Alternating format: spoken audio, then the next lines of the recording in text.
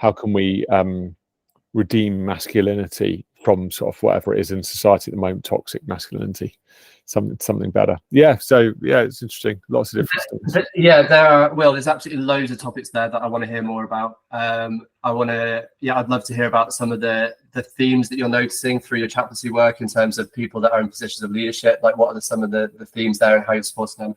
But I do wonder if we could, as much as you feel comfortable, start with your own personal journey, as in why have you ended up in a world that is surrounded by mental health, and that is the thing you focus on? I know you've got a bit of a personal journey with it as well. So would it be okay to start there? So yeah, of course, yeah, always, yeah, no worries at all. Yeah. Wait, are we live, or do you want to get going, or how do you? Yeah, no, we're live. So yeah. Oh wow, okay. People are already here. Oh my goodness. Yeah, okay. you are here. I thought you were just doing a preamble. No. This is no preamble, but it's it's fascinating. Okay. Sure. So your own personal journey. Yeah. So basically, I was sort of young, ambitious. I felt called into Christian leadership, and I went off to study in Oxford. Met my wife Lou there and got married, and then we felt called to London, and I went to work in quite a charismatic, kind of lively church. It was quite shiny, I guess, and I was quite good at like putting on that front of like, I was really still into the gym in a big way. I just finished quite a lot of serious rowing. I was quite a lot of good mates in London, and it was still living that lifestyle. I definitely was quite insecure, I think, about when you're called into Christian leadership. It's quite difficult because it's like, well, what's the model? Like, the model's Jesus. So like, you start from feeling pretty ill-equipped up front, and if you haven't got that inner bit right, of like, actually, if you're even like 5 degrees off course for grace, and you start leaning into like working for it, like trying to prove that you're like good enough for the calling, then you're in trouble. And I think I definitely like came in feeling a bit like, oh my goodness, I'm really worthy of the calling. And so I was overworking a lot, and I was doing a lot. I was a student pastor at the church, and I was doing tons and tons of like nights out, just engaging with students, and I was pretty knackered by the end of year one. I was there. I was sort of 26, 27 when I started ministry. I was probably 28 when that year, at the end of that year, or something like that.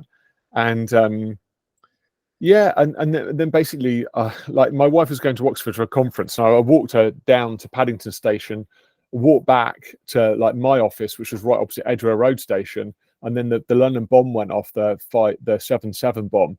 Oh wow.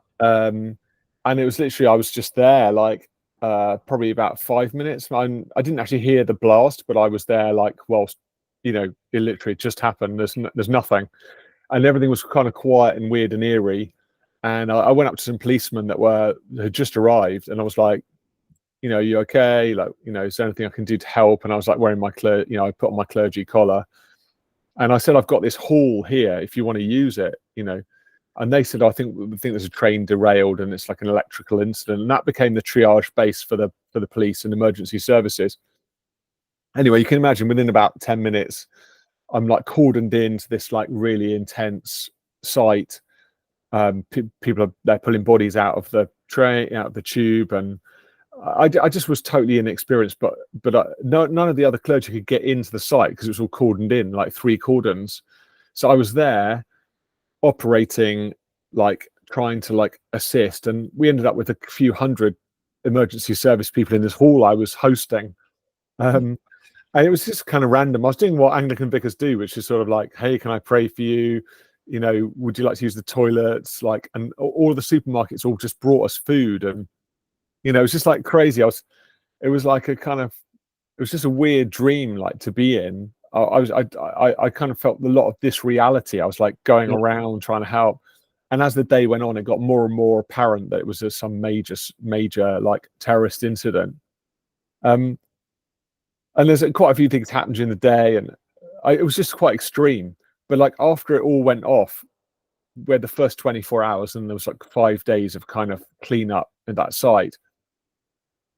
I started feeling a bit weird, just disconnected, like a bit numb. and it was odd. Like, I'm quite an emotional person, but I felt like my emotions almost switched off. Yeah. And then I sort of struggled along, and then we went on our sort of summer holidays, and I'm quite sociable, but I didn't really feel like talking to anyone. Yeah. It was just weird. I felt like disconnected, like someone had unplugged me. Yeah. And Did you then, have any idea what was going on at the time for you? Or did it just get weird? It just felt weird. Like, I mean, like in 2005, I had no context for mental health. Like, yeah. I thought about mental health. I thought about people seeing things and hearing things. I hadn't had any experience. Yeah. And so, and no one else seemed to have had any experience either, because no one said to me, "Oh, you might find this difficult."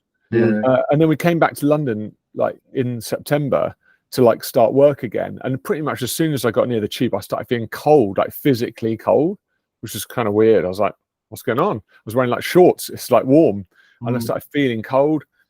And then I remember like my first panic attack. I was with my wife Lou in the Baker Street screen. We were watching like Keira Knightley in Atonement. It's a really soppy film. It's like really like she's like flouncing around in this long kind of taffeta ball gown, and like I'd literally, my head just suddenly, like, I felt like I was kind of falling down a hole. Like I felt like a gravitational, like I felt like I was falling, and I started sweating and shaking.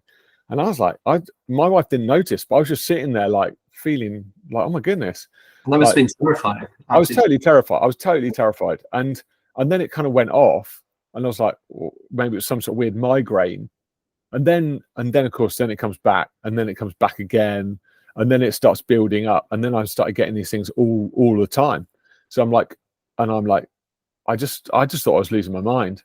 And this is one Saturday when I did a freshers fair in the morning, and I remember I had a massive coffee, which I then subsequently had to give up. But I had this massive coffee. I was squeezing a stress ball, which is like the worst thing you can possibly do if you've got panic. And then I just had this like terrible wave of panic and anxiety. And I just phoned my wife up and I said, like, I've got to come home. Something's not right with me. And we went to hospital, and they were like, you're having an acute anxiety response to this trauma. Anyway, that sort of opened Pandora's box. And after that, I was in a really bad way for a couple of months. I was in a really bad way. I needed medication. I'd see my doctor, see my friend who's a psychiatrist, who's on the call as well, I think today. Yeah, he's on at 11. Yeah. So we were at Cambridge together, and he's a really good mate, and he basically helped me. And I was like, and I'd only been married a year, 2 years, and I thought my wife was going to leave me as well, because I thought I was like so totally useless. I thought I was just I thought that was it, So then you think I'm like everything's falling apart, and for a man, you're physically strong, but mentally I'm like in pieces. Yeah. Rob, did you have any other people around you that you felt you could talk to? No, it was a nightmare, because like the two pastors in the church with me were older, and they were like my mentors, but they fell into the classic trap. One of them was like, "Oh, the devil's got into you," and when someone's having an anxiety breakdown, it's the worst possible thing you can say to them. It's like, flip, I thought I was scared before. Now I'm really scared, And I thought it's not true, because I love the Lord, and Jesus felt very close to me in a way, And then the other pastor was like, "You're just tired, you just need to sleep." So he kind of did the classic physicalizing thing. So he's like, "Oh, a good meal and a good night's sleep, and you'll feel much better." I'm like, I didn't want to eat anything, and I couldn't sleep. So I was like, "What do you do with that?" And it was only actually like it was Rob, and then I had another friend, Vanessa, who was a psychologist. I still refer people to her now. She's a Harley Street psychologist. She taught me about panic attacks, because she was like, "You can stop this. I'll come and have a panic attack with you." So she came around my flat and was like, she started hyperventilating, and she created a fake panic attack to show me that I could actually control my panic attacks. Wow. By changing the way I responded to the feeling, and like changing my breathing and stuff. So that was really super helpful. But I think the loss of confidence I experienced was just massive. And I was going to stigma around it. Yeah, sorry, carry on that point. There's a lot of stigma around it. Yeah, I mean, it's, like, again, for guys, like you wonder why so many guys who get a mental health problem, why they feel suicidal. People don't really get that. But if you think about it, sort of so much sort of masculine identity is rooted in your sort of, and it might be like socially constructed, but it's like rooted in your strength and like your fortitude and your consistency, and you being able to be a provider and being kind of resilient, and water runs off a duck's back, that kind of attitude. So you want to be all of those things, but it's just like, I can't, I'd done marathons. I'd rode really seriously. I was in strength training. I was doing like HIIT and all that kind of stuff. But I was shaking like a leaf. Do you know what I mean? Like, it's just crazy. Like it strips away all of that identity, that masculine identity that you kind of feel like, oh yeah, I know who I am in the world. Yeah. And suddenly you're like, I don't feel like that anymore.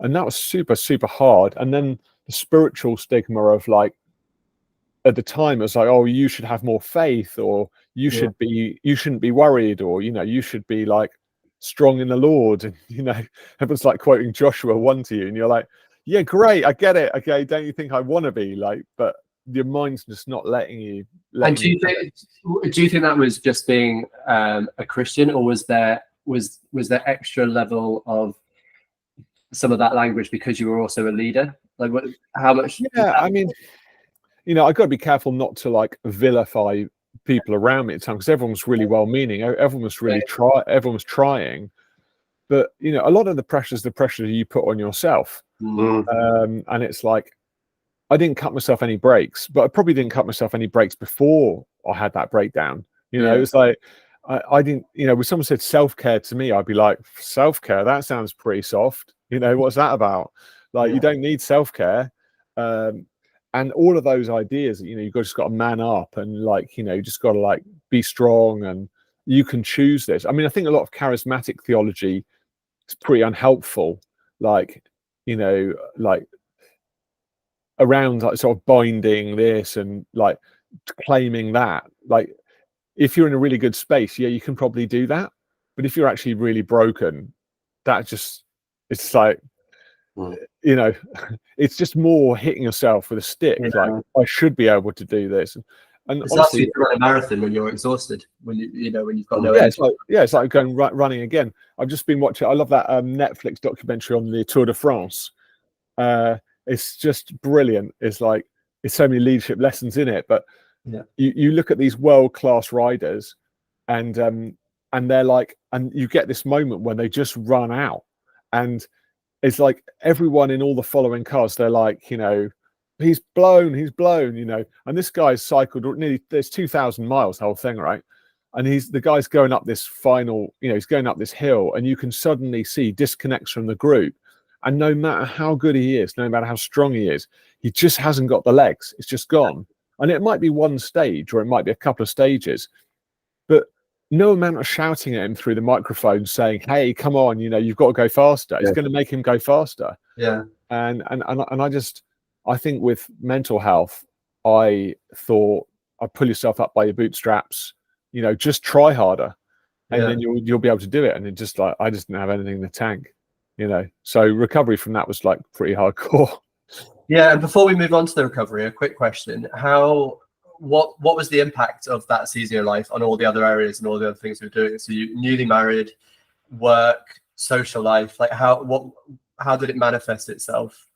Yeah, so I mean, I think when you're having like, so I had the panic and anxiety, and then you get the kind of low mood, which is like, it's a kind of, my sort of depression was depression about the fact that I felt my life was going down the pipes. Yeah. So it wasn't like I wasn't depressed, as in I didn't have a creeping depression. I had like a really acute anxiety response to something. Yeah. And then I felt super low because I thought my life was basically over.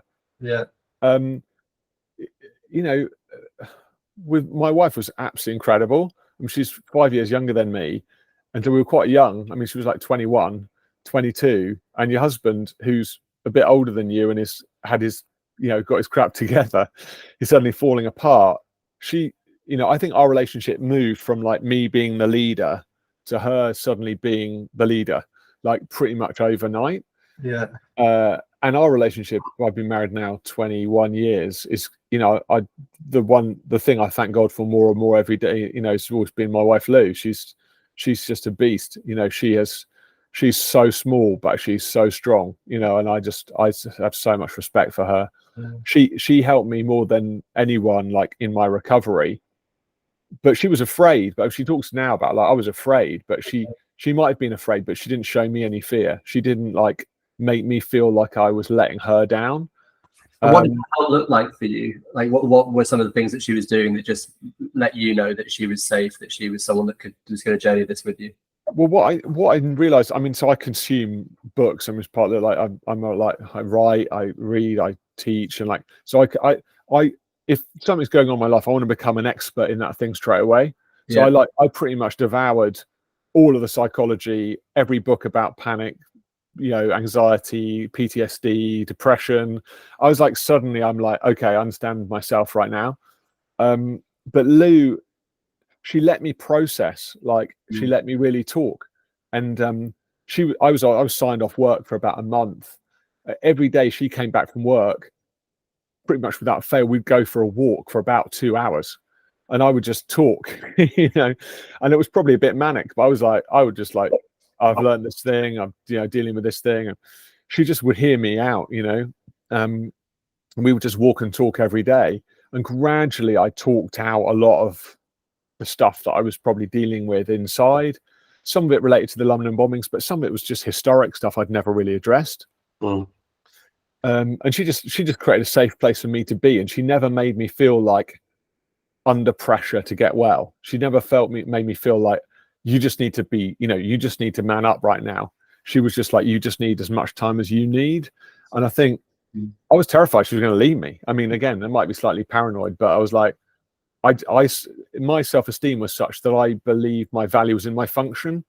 And I think the one thing that I think Jesus can offer men today more than anything is knowing that your value isn't in how you perform. You're just loved, and you're enough. But she showed me that, like, it's right, I love you and you're enough for me. You could be shaking away for the rest of our lives, you're still enough for me. So that was super powerful. I got some weird calls from, like, clergy friends and people in ministry, because maybe I had a bit of a reputation. I was going to be, like, you know, someone. I mean, all that rubbish. And I got a few calls like, "Hey, he have had a breakdown," and it was almost like gloating, you know. It was almost weird. It felt a bit like, oh wow, you know, Will Vanderhart's had a breakdown, you know. Oh, look at him. It's almost a bit too good to be true. I know people are funny like that, you know. Sometimes they sort of, you know, someone falls off the wagon and it's a bit like, oh well, you know, they're not that strong after all. That felt a bit bad. How did you manage that? Because when you're trying to journey something that's requiring you to be vulnerable, and you've got people speaking into that in a really unhelpful way, how did you manage that? Were you able to just tune it out? I could honestly, I couldn't manage it because I thought I was ruined. You know, when you got nothing to lose, you got nothing to lose. I just felt like I'm ruined. Like, I felt like I'm mentally ruined, and I just thought, for a time, I was just, I'm done. Like, they can, you know, I was like, you know, it's like being Job, and the friends are kind of like, oh, you're right, mate. Yeah, not really. How things going? Yeah, pretty crap. Like, what's going to happen next? I don't know. I'm probably going to die. You know, it was like I didn't have anywhere to go, and so the idea of sort of managing my reputation, or any reputation, I don't really even believe I had a reputation, but, you know, sort of any sort of, like, preserve of your dignity seemed to just kind of escape me. But actually, I think that's a gift, right? Because, like, I felt God gave me a second chance, and yeah, it was super hard, you know, coming back from that. But then you're like, what is my identity, and what is my purpose, and what reputation am I trying to protect? And ultimately, like, I felt ruined, and so having the opportunity to talk about mental health and maybe help a few people in that area of mental health, that was like the biggest privilege of my life. You know, when you think you got nothing, it's like, flip, I've got this. You know, I got this. I can say something about this, and actually, you know, someone said to me, like, after I started sort of getting better and I started talking about mental health, I got a call from from a well-known, like, sort of priest. He was like, you've got to stop talking about mental health because, people will call you the mental priest. Like, that's a bad thing. Like, I'm trying to help you out here. And now I'm like, wow, I'm so delighted if people call me the mental priest. Like, I couldn't imagine hiding that, experience or hiding myself. And I'm delighted, just God gave me an opportunity. And if you gave me a red button to press, I'd never press it to go back and take any of that stuff away. I'd never want to edit my story. Yeah. But I do, when you say you kind of, you were forced to question kind of where is identity and where is our value. I guess there is a privilege to some extent that you got to address that early enough that you could then live a life with that reality, because I feel like so many people like that's classic midlife crisis territory, isn't it? Like, that's what people hit at midlife crisis, or even towards the end, where they're kind of looking back and they're going, actually, what was this all about? And it's so, yeah, I can hear that even in the pain you can look back and see the good out of that. Could you talk to us a little bit about your recovery and kind of what that looked like and kind of the journey you went on there? Yeah, sure. So, I think with mental health recovery, again, like, what is recovery? Like, if I told you a virtuous story about, like, the London bombings and everything, and then getting that kind of having that acute experience, it was based on, like, that was the straw that broke the camel's back. I was living unsustainably before the London bombings.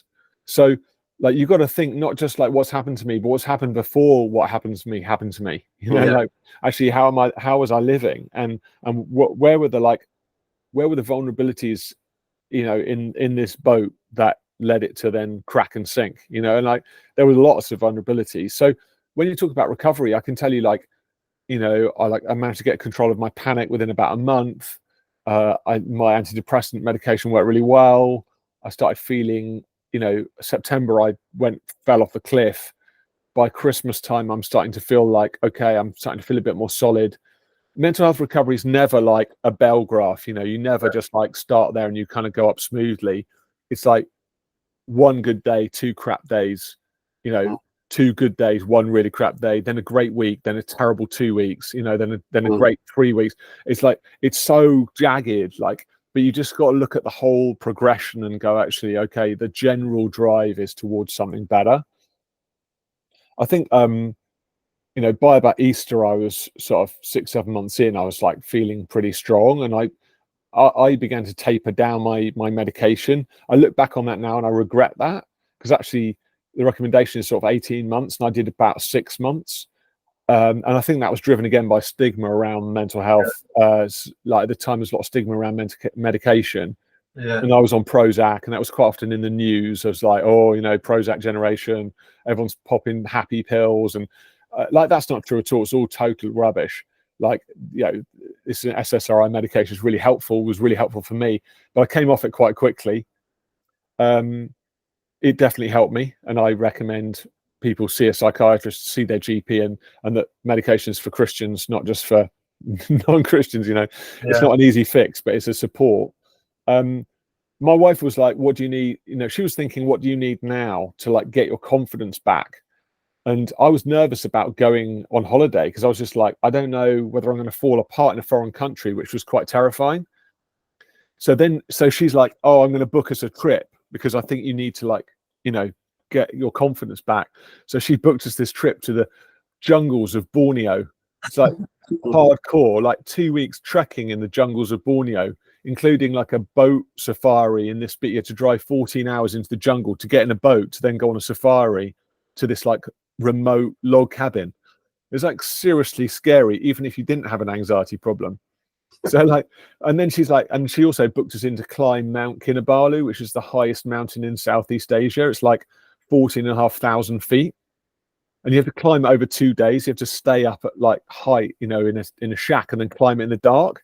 And it's super scary. And the guides are like, yeah, people die here every year, so don't let go of the ropes. But there's no harnesses. You just have to hold on to the rope. So my wife is like skipping up this mountain, and I'm like still super terrified, and she just keeps going. You can do this. You've got to keep doing this. You can do this. Like, and I still remember, like, that morning watching, you kind of see the curvature of the earth from the top of this mountain. It's about 5:30 in the morning, and the sun's just coming up, and just got to the top of this mountain. It's like I felt a real moment there of like, I can do this. You know, this is all right. I'm going to be all right. So that was a real marker for me. But and did she pick that kind of holiday intentionally? Because if I wanted to get away, I would go sit on the beach. But she obviously knew totally that kind of really something to push yourself. I wanted to go to like, you know, stay with family in Holland, or like, you know, chill on the beach in Cornwall, so I could get back to a hospital really quickly if I had a breakdown. So she took me way beyond my comfort zone, and that really boosted my confidence. But you know, recovering from this stuff, like I made so many steps to recovery, but I worked with my doctor and I realized like I had an anxiety disorder underneath my acute anxiety breakdown. So my doctor diagnosed me with something called GAD, which is called generalized anxiety disorder. And that's not something that just goes away, you know, it's like it just fluctuates. And I'm really pretty well, but I still have that diagnosis. And that you know, that means that like in stressful periods of my life, I felt some of the anxiety come back. I haven't had panic disorder. I haven't had like acute feelings of panic, but you know, if I don't take care of myself and manage myself, then I do feel I get ruminative worries. I sort of, you know, can feel physically, I can get like some physical tension, and I can feel on edge. I get these feelings of dread sometimes, like I've dropped my keys down the drain. They just come out of nowhere. So mental health for me is not being something you can just go, oh yeah, I had this really acute experience and then that's done. I had a really acute experience that woke me up to something, but I'm still journeying this. I was speaking at a conference and I was talking about anxiety, and this woman came up to me at the end. She was super angry. She was like, why do you keep saying you've got an anxiety disorder? You're clearly fine. You know, I was like, well, thank you, lady. You know, I really appreciate that. You know, she's like, it's, you know, she was sort of saying it's really faithless that you keep talking about your illness when clearly you're healed, you know? Yeah. And I was like, you know, like, thank you. I appreciate the sentiment that you bring, like you're bringing this with, but you have no idea what like goes on in my life or my mind. And, you know, you pray like Paul, like your thorn will be taken away, and, you know, it's not taken away. And then you got to work with that thorn, and you got to work around that thorn every day. And that's okay. Everyone's got their battles. But like for me, that's, you know, it's dealing with mental health. You know, it's not over. It's just like, it's a journey. And for many of the men I work with, it's like, you know, almost if you had like one episode of something and forget about it, you know, great, fantastic. It's the dream, right? But, you know, with lots of physical health issues, you could end up in hospital and then you come out and you're just not quite the same. You got to work out what it is that you know, you got to work around whatever it is that's happened to you. So for me, that's part of the journey. And for you, what are some of the tools that you use when you kind of hit those on, you know, on the graph, you hit those, you know, it just bottoms out and you can recognize that actually your anxiety is starting to take control again? What are some of the tools that you've personally learned to use in those moments to just kind of regain some stability? Well, I mean, I've always been really pro therapy after my own experiences, and you know, I have intermittently seen a therapist. I mean, a counselor, you could call it, or whatever you want to, for a supervisor. And I've had probably 4 or 5 series of like 10 weeks where I've gone, you know what, I'm going to get back in and spend some time with someone and like talk some stuff through. Massively been hugely helpful to me. I haven't needed like medication again. There's been a couple of moments when I've been close to sort of thinking, oh, this feels a bit more intense, like in terms of the dread that I might get or the kind of anxiety that I might be feeling. Again, I haven't needed to go there, but I wouldn't be ashamed if I did. You know, it's just like, okay, that's a backstop. I found, you know, sleep is really important to me, and I've struggled with sleep because of my anxiety, and so I've learned a lot about sleep. And there's so many lies prop up $1 billion industry, a sleep aid industry. And one of the things I've learned is that sleep is a natural process, and you cannot manufacture sleep. There is nothing that you can do to make yourself sleep. And so all of that industry is actually very damaging. Okay. I've spent a lot of time on the work of people like Daniel Erickson and Rob Meadows, who take they're like the proper sleep people who have really taught me about sleep, and I sleep really well. And even when I am awake, I'm still sleep really well, which sounds like it doesn't make sense, but people who have insomnia will understand what that means. Yeah. I you know, I'm a hyperactive. I don't have I'm high. When I say that's not a clinical term, I just have a lot of energy, you know, and so I'm really busy, but I have to make sure like I find it easier to change gear up than change gear down. Okay. So I can always add stuff in, like, oh, you want to write a new book? Great, let's do that. Oh, let's start a new podcast. Fantastic, let's do that. You know, like I'm like, you know, that Virgin advert of old, you know, the power to say yes. I'm like the guy who'd be in that advert just saying yes, like brilliant, let's do that. Fantastic, what a great idea. But I have to learn to say no. Yeah. So I have to like be like, okay, what is my capacity? And my therapist, Paolo, who's absolutely amazing, she would say to me, why do you always have to ski so close to the edge? She's like, can you not just ski a little bit lower down the mountain, like on the green run, you know, or the blue run? And like, why do you always on the edge of a crevasse, just going, oh no, I'm going to ski up here, you know, like ski right along the edge here and see what happens. So, yeah, so I have to like take that. I often I'm like, I need that advice. Like, why am I skiing so close to the edge? I love surfing. I do loads of surfing, and I love fishing, and they really help me. Like, sort of, I need my body to be busy so my mind can be still. So fishing's great because fishing like occupies the light ruminative part of my mind with focus. Yeah, that's my best prayer time. And like I like fly fishing particularly because you're busy with your hands and then still in my mind. So I find that kind of stuff really helpful. And good mates, you know, good mates. Like I don't know if it's a male thing. I don't like to stereotype, but I feel like, you know, just was it the proverb, wounds from a friend are like kisses from gold. You know, people who want to tell you the truth, who actually love you enough to tell you the truth, and speak truth into your life and just be there for you. And I've got some really great mates who do that for me. Yeah, I think a lot of men just don't allow people to get close enough to them to play that role. So we live without it, and we're constantly trying to second guess our own decisions. We haven't let people in close enough to play that role. Well, that's the beauty of, like, for me, that the gift of exposure is the thing, right? So if you ruin, you know, if you get ruined, you got no reputation to protect. Yeah. And to a sense, like, I think when Jesus says, you know, if you lose your life, you know, you'll find it, but if you try and save your life, then you'll lose it. It's like, unless a seed falls to the ground and die, you know, it bear not life. Like you've got to like you've got to sort of get into that place of abandonment.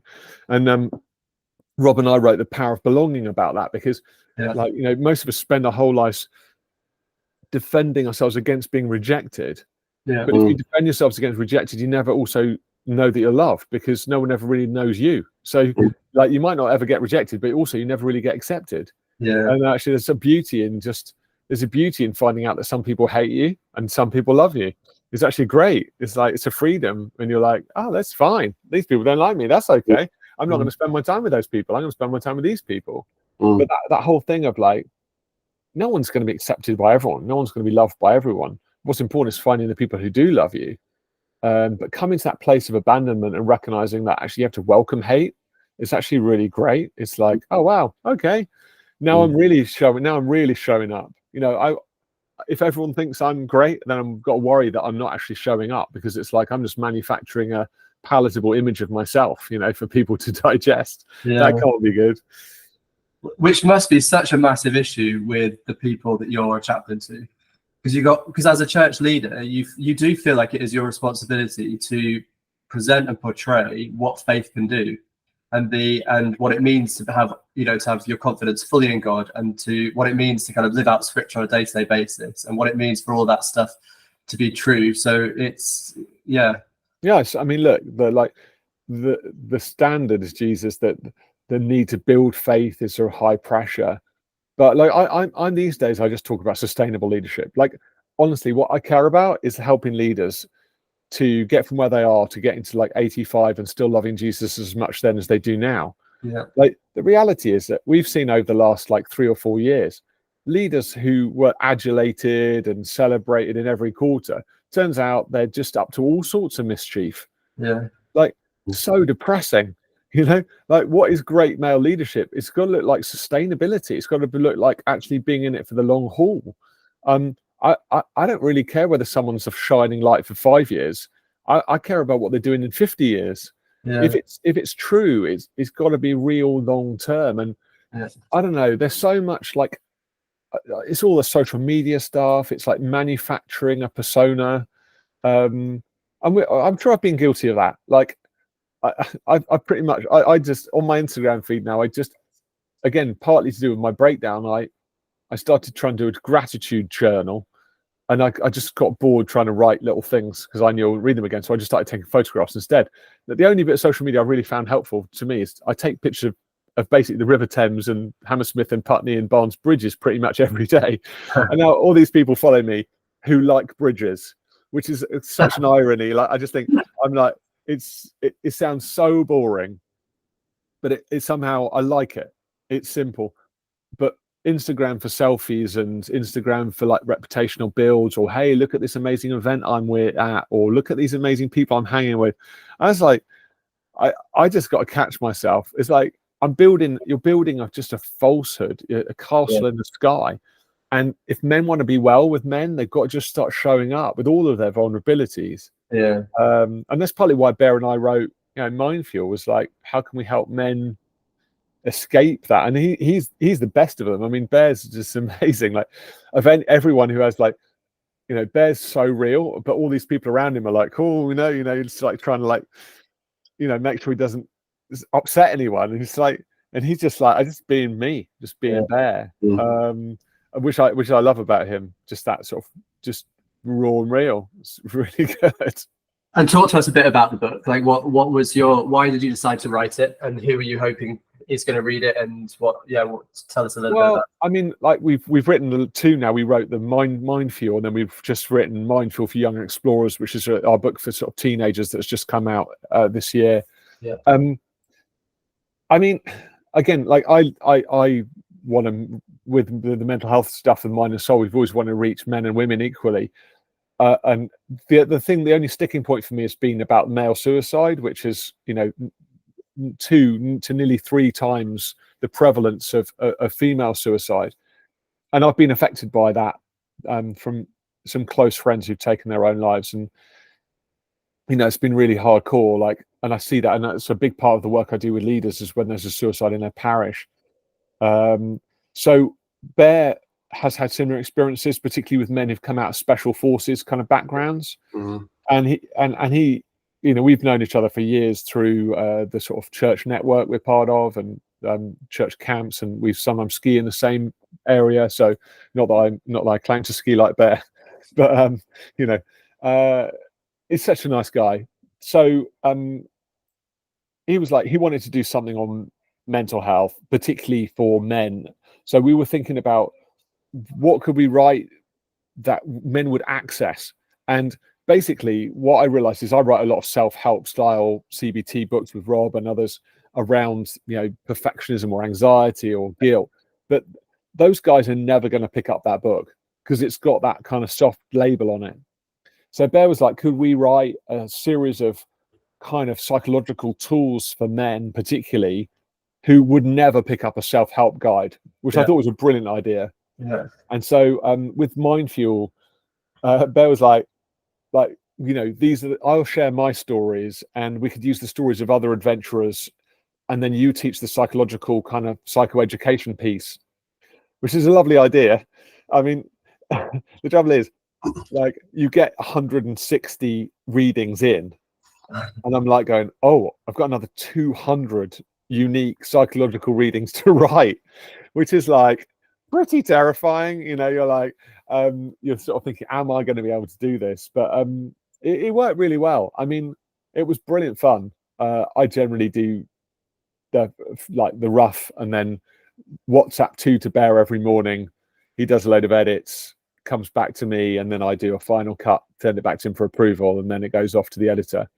So we did that over, we did 365 days of reading. So we did whatever that is, 185 or something mornings of writing. That's incredible. That's so cool. And was there anything that you learned in that process that was new to you, or kind of things that that you hadn't read about or thought about before? Oh, I mean, so much. Like, I mean, that's part of the joy of writing, is that researching and like collaborating. I just love co-writing. It's so much fun. I hate writing on my own. I love all the balance that comes with writing together. I mean, Bear, like one thing about Bear, which I love, is that he's just, if I wrote a slightly sycophantic Bear entry, absolutely hate it. So if I big him up, even in like the smallest way, he'd like just come back and go, crap, hate it, like rewrite, So anything that like made him look better than he thought he was, he absolutely hated. Anything that was like showed his vulnerability, his tears, his struggle, he was like, yeah, that's great. And so that was really cool. I mean, we did like a lot of the analogies that I might use, he interpreted really well. So I use a spring analogy for Hooke's law, which is about kind of our resilience, and he turned that into like climbing ropes. He was like, oh yeah, that's just like my climbing ropes. If I leave my ropes under load, they lose their springiness. And a climbing rope, according to Bear, should like extend by a third when you fall. So it's like, if you don't take care of your rope, it will break you. It will stop your fall, but it will break your back. It's like, so there's like lots of illustrations like that, which he'll be like, yeah, that really works for the kind of climbing community, or for the extreme sports, or for the military. These kind of ideas. And I mean, he's just full of stories of survival and adventure. So there's tons of funny ones in the book, his and other people's. Do you have any questions? I've been hogging the mic a bit. I'm fascinated. I got hundreds of questions. I love what you talked about in your book, and about belonging as well, because I think I appreciate you being so vulnerable, and we were talking about that a little bit earlier, that the price tag of authenticity is vulnerability. But in order to belong, what we're really saying is we want to be known. And we want to know, but actually we're terrified of being known, aren't we? Because people will know all of our stuff, and if they know all of my stuff, then they'll reject me. And as you said, so what I'd like to hear from you a bit as well is, it sounds like you have a parallel of proactively managing a condition, but you also have tools in place and accountabilities, or whatever you want to call them, in place. How do you structure that? Is it structured, or is it intentional, or is it just kind of how you fell into it? I think it's really important to like think about all these things as if they're like multiple tracks. I always think like mental well-being. I live in London. We also have a very complicated tube system, but I like to think about that whole tube system like as a kind of collection of different behaviors. So there are like all these different lines all running concurrently, and health on the tube is determined by how many lines are currently out. And some lines could be out, but you can still get to the right destination because you've got other lines in place. But when loads of lines are out, you just can't get to your destination. And I feel like mental health is a really good illustration for that. Like there's going to be some experiences that you might be having which are limiting lines. There's like, that's not working right now, but there's another way to your destination. And you have to think about mental health, well-being, proactive well-being as a lot of different disciplines, which you can access or not access. But if you've got one A to B, if things start going wrong, you're just not getting into your destination every day. So I think, sleep, exercise, nutrition, friendship, psychological learning, healthy podcasts, good holidays, like mental flexibility, healthy prayer life, engaging spirituality, whatever happens to be, you're sort of looking at all these different areas and saying they all contribute. In psychological terms, we often talk about experiences either being radiators or drains. Like you have to have enough radiators in your life to stay warm, and not too many drains that you basically go down the plug hole. And many people have like one thing that they back. Like I've got a few guys I've worked with who've like, gym is that if they can do the gym, they're mentally fine. The trouble is then they slip a disc and they can't push weights anymore. And then they have a massive fallout because they only had one tube line in place, and that was the gym.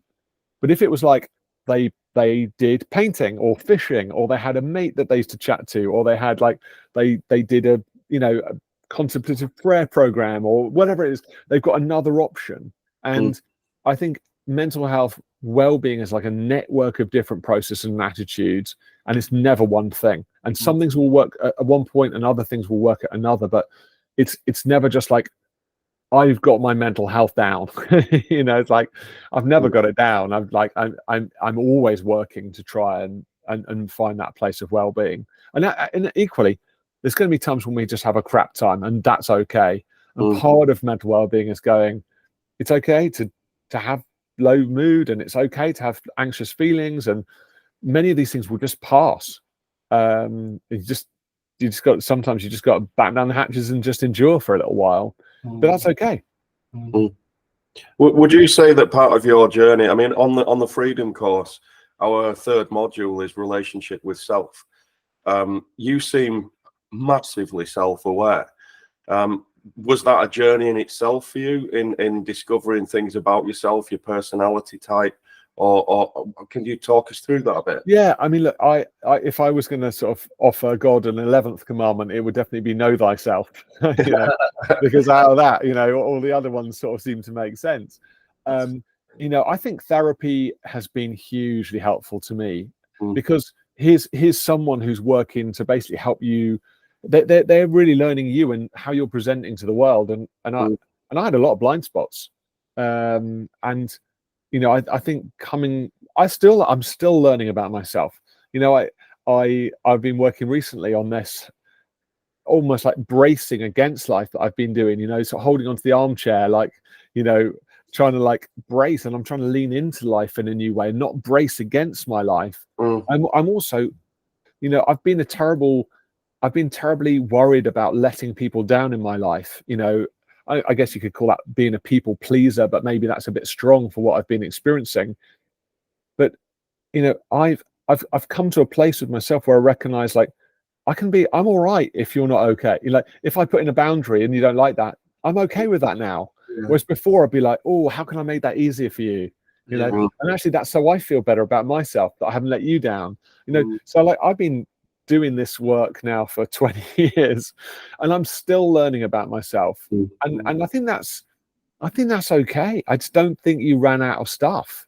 And maybe the journey is the destination and not the destination is the destination.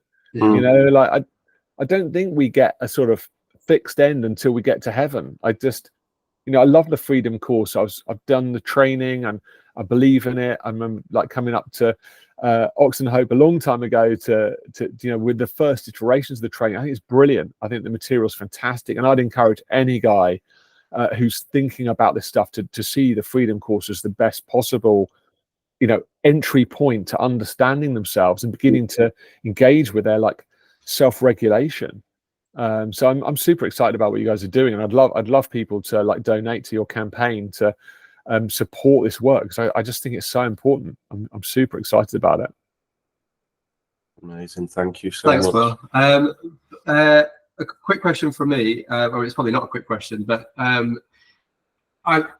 just fascinated by the fact that you've got hands-on experience with, what was it, 170 church leaders, yeah. Church leaders. I mean, you're kind of like a living study on the issues that that people in leadership face with their own mental health, and how not dealing with those things can lead to things like burnout, moral failure, stuff like that.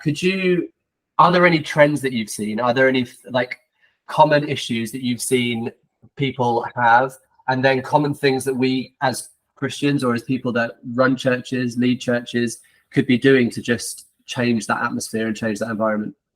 Yeah, I mean, it's really interesting. It's really timely at the moment. I'm actually, Mine and Soul, the charity I run with Rob and Kate and Chi-Chi and Ari, we're doing a joint study with Oxford University at the moment. There are a couple of PhD students there on vicarious trauma in ministry, or what we call ministry associated trauma. Yeah. And what we've been working on and studying is the reality that like constant exposure to other people's trauma, other people's life disaster, other people's, wounds and safeguarding related challenges, all these things is sort of breeding secondhand smoke in our leaders. Yeah. And our leaders are not really aware of that. It's a bit like, carbon monoxide is kind of sneaking into the room. You can't see it, but you're definitely breathing it, and it's having an impact on your capacity. I mean, I spend most of my time now coaching kind of leaders and helping church leaders with their health and well-being. And what I've noticed is the more of that trauma that we sort of imbibe, the more at risk we are, both for our own immediate sort of mental health collapse, but also like this negative payback. So like church leaders aren't paid brilliantly, and there is no sort of promotional scheme either, and it's quite a lonely role. And what I've noticed a lot of church leaders is they pay themselves back with their sort of esteem. Yeah. And the way they do that is like, how big is your church? How many programs are you running? How busy are you? And all of these kind of statements around almost how much of a superhero am I in your eyes? Well, that is the best possible route to breakdown, because the way they're paying themselves back is basically to overwork and to overexpose themselves to things that are really unhealthy. Yeah. So I go on a clergy conference, and I still hear people going, "Oh, I haven't had, this is the first night off I've had in 3 weeks." I'm like, this is a night off. It's a clergy conference. And they're like, everything is pain, everything is suffering. It's like the whole theology that they're carrying is almost like that suffering and wounds are a sign that they're doing the right sort of work. And I'm like, how much of that is internal? How much of that is external? So how much of that is the pressure they're putting on themselves versus what they're feeling from their congregation for other people? I mean, I think ultimately the answer to that question is in the internal, because how you respond to the internal question determines how you respond to the external pressure. Yeah. Like, I always remind leaders that Jesus was sacrificed on the cross, so you didn't have to be, and actually your mentality is like, look at me, I'm the sacrifice. You're like, you're not the sacrifice. Jesus is the sacrifice. But that mentality leads to this kind of embattled outlook. And it's like, I just got to work harder and faster and longer. And ultimately that comes down to approval. And I don't actually see it that much in American pastors, because they're paid properly and they have like boards around them that basically hold them to account on their holiday and rest periods. Yeah. But the UK is like a whole nother world of like self-sacrifice. And I believe in hard work, and I believe that building the kingdom is challenging. But I think, again, it goes down to that heart orientation. Is, do I think my appearing busy is more important than my taking care of myself so I can actually serve this congregation over the long haul? And if we let other people determine how we're going to care for ourselves, we aren't going to care for ourselves. If you think about an NHS doctor and you asked him, only employ your self-care processes as far as your patients tell you to employ them, how many NHS doctors would we have left? If we were waiting for patients to say, hey doctor, you're working too hard, you should take the next 2 weeks off. Who's going to say that to a GP today? Our GPs are falling over because there's so much patient demand, and our clergy are falling over because there's so many parishioner demands. And what we've ended up in a consumer church culture where people believe that their tithes and offerings pay for their service. Yeah. And that's a disaster. And we are busy always thanking our congregations. I don't know what we're thanking them for, but we should not be thanking them for showing up to church. It's a privilege to worship Jesus. And we should not be thanking our teams the whole time for serving Jesus, because frankly, it is a privilege and a blessing to serve Jesus. People should be thanking the clergy for an opportunity to serve Jesus. But we've ended up in this weird consumer church world where I hear leaders constantly saying, thank you for coming to church today. Thank you so much for serving the coffee. Thank you so much for being the verger. I'm like, in what world did Jesus go around saying, thank you, disciples, so much for being here, following me around. Thank you, 5,000, for being on the hillside. We'll serve you a great lunch right now. Jesus never said thank you to anyone apart from to God. Like we've set up, I'd say the thank you response is just a classic example of a kind of consumer mentality, which we leaders are fostering in our congregations, which gives the impression that we're putting on a show and we want to thank you for turning up to watch. Yeah. I'm like, that isn't that isn't what the first century church looked like. So And that's really bad for our mental health. How do you go about bringing back real authenticity back into the church experience? It's got to start with, I mean, it has to start with us and leadership, you know, and that means owning some of the stuff that we've got wrong, talking about what we actually need, and inviting people into proximal discipleship. Leaders can't lead anymore as a sort of messianic image that they have to maintain. Leaders need to lead like people who are struggling disciples. You know, and the great thing about Paul and Peter, I think, to a degree, is that these guys are struggling disciples. I mean, I see in Peter, they're kind of like, what do you mean, me? The keys to the kingdom? I'm just a fisherman. You know, what are you doing, Jesus?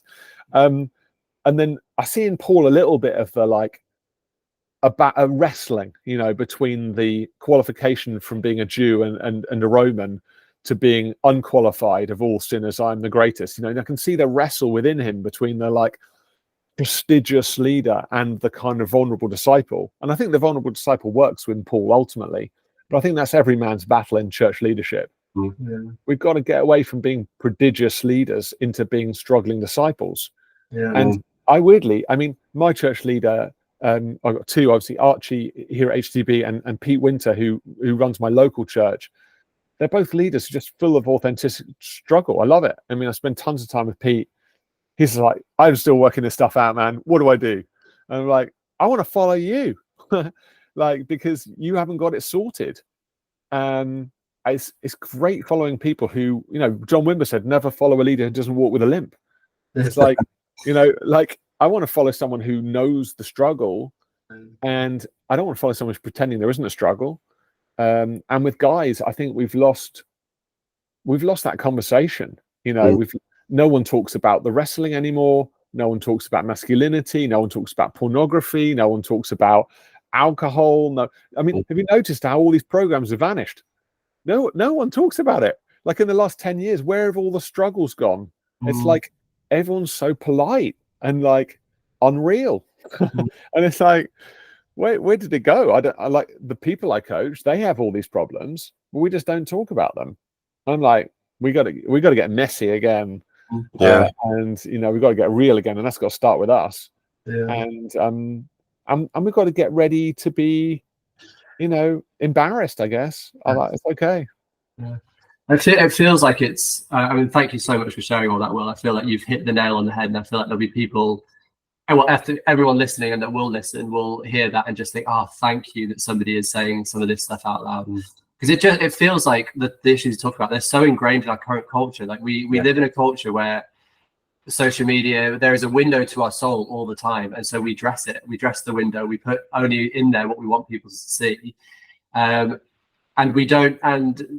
people don't actually want to see the mess either. So it feels like we're both doing what people want and what we feel like we should be doing, but ultimately it's causing a really toxic world to be living in. Yeah, and I mean, ultimately, this just breeds so much disassociation and loneliness. Yeah, like because like every guy is out there feeling like a fraud, feeling like they don't match up, feeling like they, you know, it's like, what? How are we supposed to do life if there's this sort of pastiche of window of perfection that we're then supposed to fulfill? And like, I don't know. I think it's like the joy of being ruined. You can't, like, when, you know, in a sense spiritually, like when we just like the freedom of just being like who we actually are is such a joy. I can't help but think some of the like unconscious some of the moral failure in the church that I see, some of the outs, I'm like, that is so basic. It almost looks like self-harm by proxy. It looks like you're blowing yourself up just because you want to get away from the pressure of having to be the perfect person that other people expect you to be. I mean, there are much better ways of doing life. Like, you could just say, hey guys, I'm like feeling like a bit of a fraud right now. I need to step away from ministry. You don't need to go and have an affair to do that. Just own it, you know, just own the struggle. But, I feel like, again, you know, we've got to get away from this sparkling image of perfection that is leaving guys. I mean, you know, and I just look at the suicide stuff.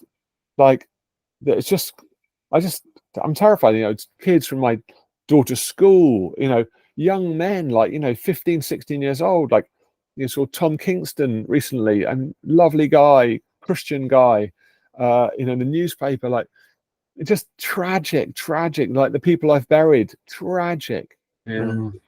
It's all a tragedy. And the tragedy in part, and I can't answer every question, you know, and I don't want to make presumptions about everyone's stories, but so much of what's going on is this feeling like I can't ask for help because it would shatter the image that other people have for me. Yeah. And I just think we have got to do something about that. Yeah. And that begins with leaders who are vulnerable and saying, I'm struggling, like this is difficult. Yeah.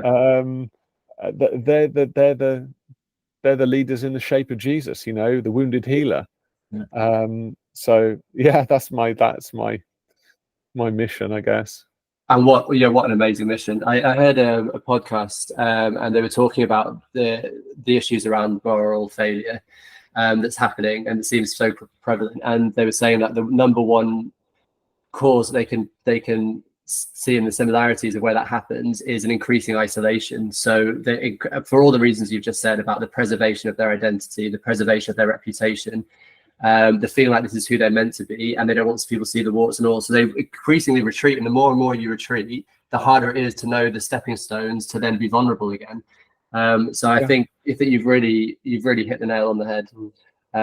And yeah, we're incredibly glad there's people like you that are out there doing that work, speaking to leaders about this stuff and playing that role. Well, likewise, guys. I think it's fantastic what you're doing. Have you going to be up throughout the night? How are you going to do this? How are we going to do this for? Well, we are. Yeah, we're 3 hours into 24-hour talkathon. Wow.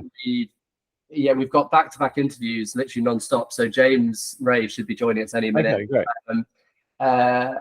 We haven't quite figured out when we eat and when we go to the toilet. We're going to figure that out as we go, Will. So I'm going to figure it out in about 5 minutes. Yeah. Okay. Yeah. Well, look after yourselves, guys. This is a tough deal, you know. Yeah. So, I mean, you say that as a joke, but someone said before, and they're like, "Is this really a wise thing to do when you're talking about mental health? Because this could potentially break both." Let's test these theories. Yeah. Well, make sure you get some decent rest in tomorrow, for sure. Well, yeah, my parents have come to look after the kids so that I can rest.